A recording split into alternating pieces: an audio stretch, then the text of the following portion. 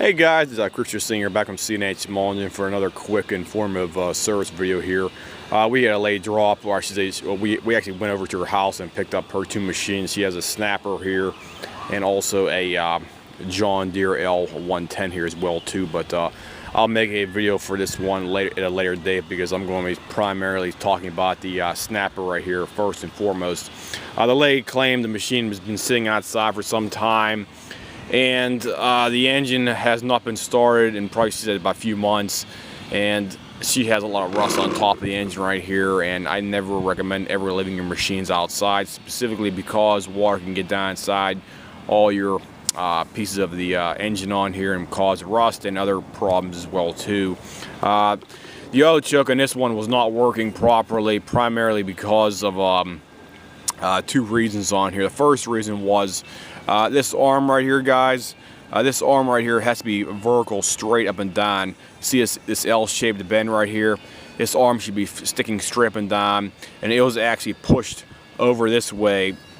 Let me see if I can show you a better picture. It was angled over there like this, basically, and I'd bend it back out to where it is currently right now, and we test ran a machine over here for a few seconds because it kept on dying out on us. But the L angle bend right here has to be vertical, sticking straight up. It cannot be over to the side, and for the auto choke to work properly on this machine right here. The other problem was the carburetor, as you see right here.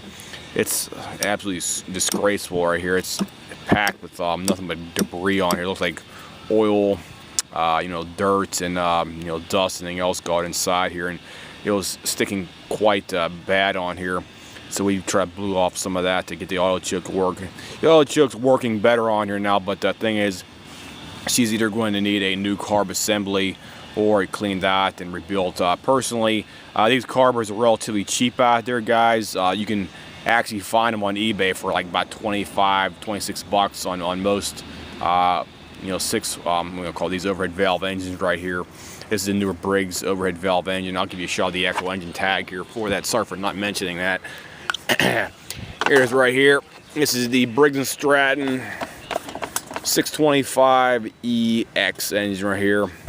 It says 6.25 foot-pounds of gross torque, 150cc engine as well too for that as well. So this is the El Cheapo, as I call them right here, overhead valve engine. They do operate sufficient for your yard out here. However, the quality is not as what it was for the older style flathead engines. And the other kicker is, on Briggs & Stratton's website, they list it as you do not need to change the oil ever on these newer machines, which is total BS in my opinion right there. It's asking for trouble and possible liability issues down the road with your machine.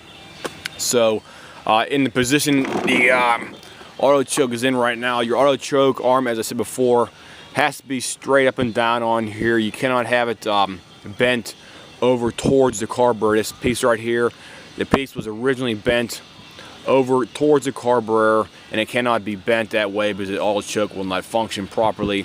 Because as it is right now, the auto choke is in the closed position right now. You can zoom in here for you guys. The auto position is in closed position right there. And that's how it's supposed to be.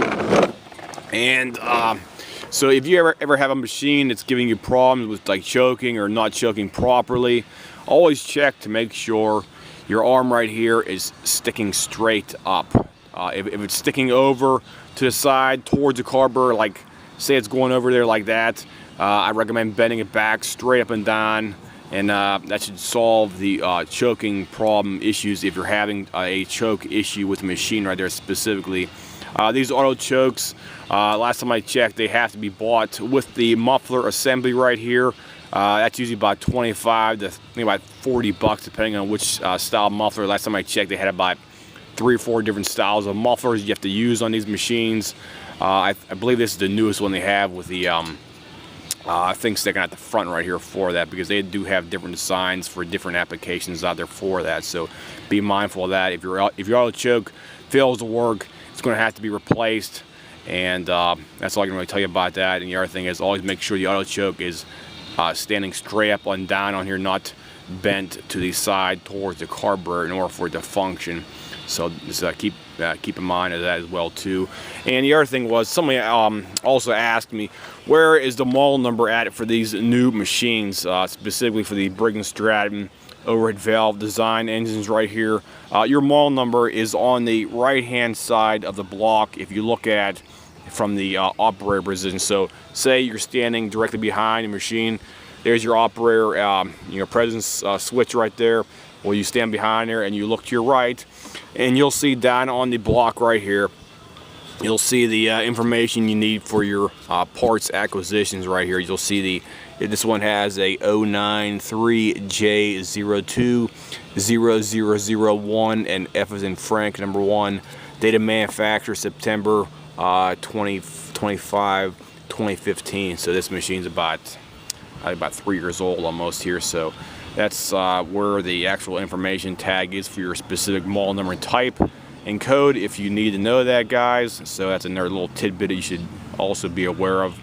And always keep your machine in your garage, shed, wherever out there, to keep it from getting packed full of crap. As I said before on the carburetor, it's a real shame that somebody let this thing go here and it's got completely packed full of debris on here, this carburetor.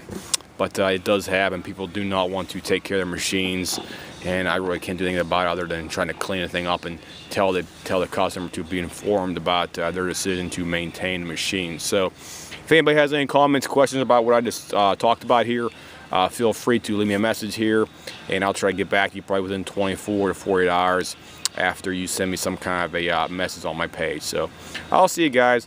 Have a nice day.